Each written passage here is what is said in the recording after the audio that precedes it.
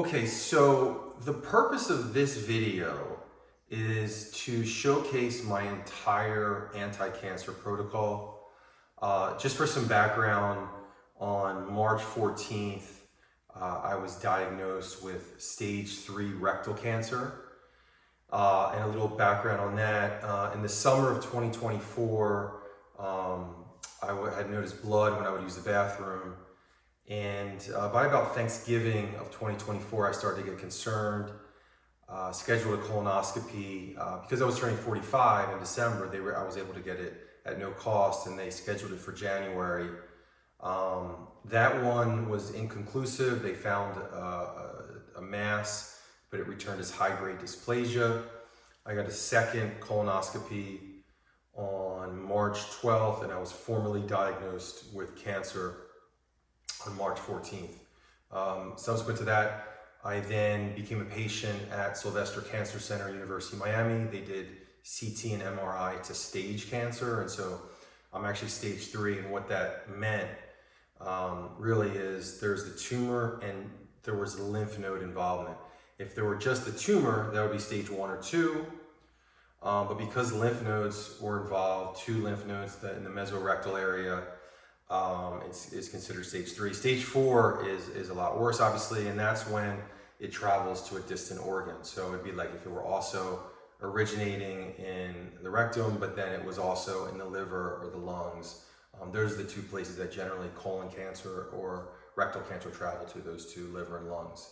So you're always looking out for that. So subsequently, I started chemotherapy April 2nd on fulfinarox, which is a very strong chemotherapy.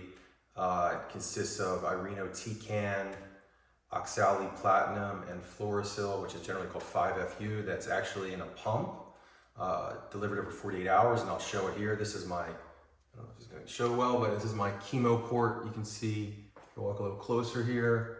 There's a bump in my chest. It's 2 right here with a little bit of a cord. And that's where the IV chemo was administered. And so I actually went through the whole process. Chemotherapy was very difficult. I lost consciousness the first one, and just had difficulty getting through it. Some people breeze through chemo. It just depends on your body and such. I wouldn't say breeze. I wouldn't say breeze through, but they don't have the kind of reaction that I did.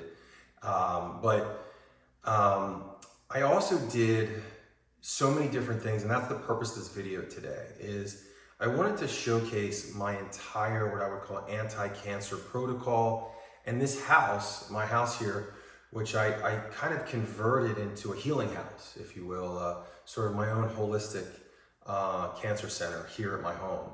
And I just wanted to really break it down in, really there's 3 phases. It's diet, supplements, and what I call ceremonies. And I got that term from the CEO of 1000 Roads, which is the oxygen machine in my garage that I'll show.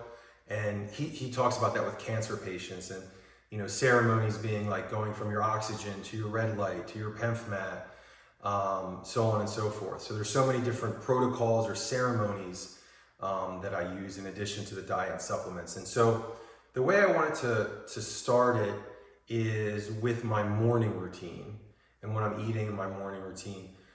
Generally, I'm waking up around 7:30ish, and it's in 3 stages, my morning routine. The first one that I want to talk about is right here. It's very simple. Generally, it deals with hydration.